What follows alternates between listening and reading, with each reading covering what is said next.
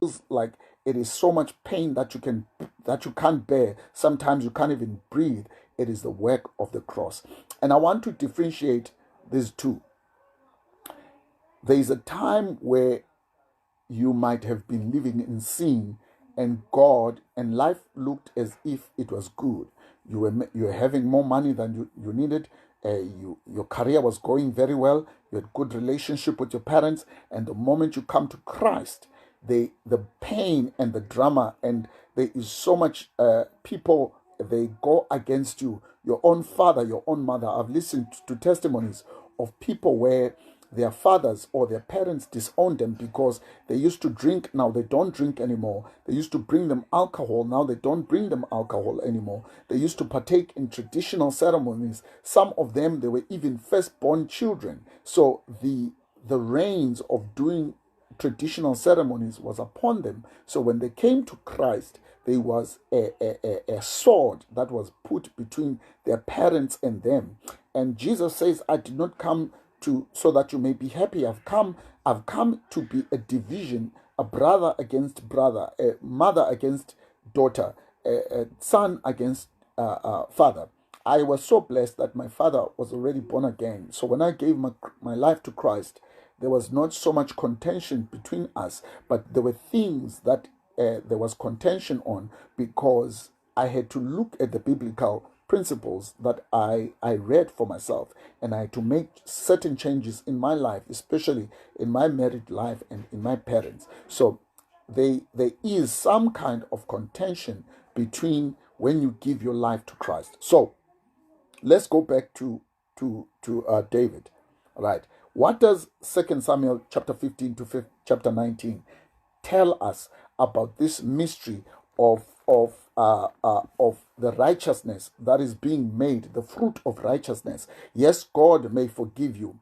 I said last week that you may do something and God may forgive you, and you may ask for forgiveness and God will forgive you. But remember that sometimes the wilderness is created so that it drives up. The fruit of righteousness is driven out of you.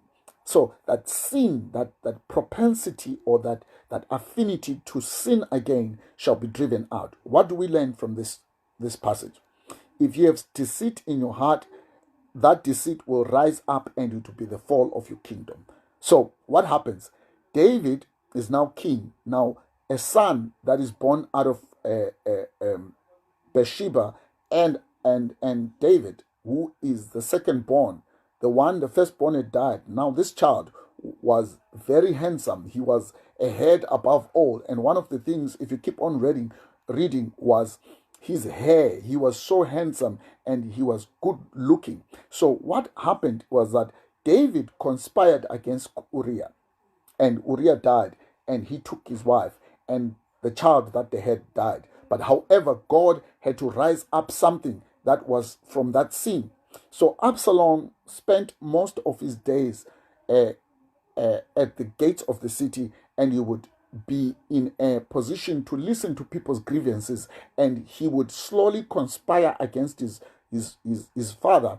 And as time went on, the hearts of men in Israel turned against the king. This is the same way that we do as people, is that when we get saved and life becomes good and we get married and we have these houses and we have good career, our hearts begin to be turned away from God.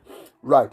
As I've said before, there's nothing wrong with money, but it is the danger of lasting after things. There's a very thin line between being blessed and going after these things, going after cars, going after houses. There's nothing wrong about wanting a car and wanting a house, but it is when you are now acquiring and you're lasting after them and you're acquiring them in numbers. And you will see, as with David, it started with Bathsheba, and then we learn that he actually went on again and took another wife that came when he was being chased out of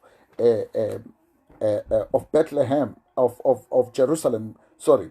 So David's appetite was an issue that was not dealt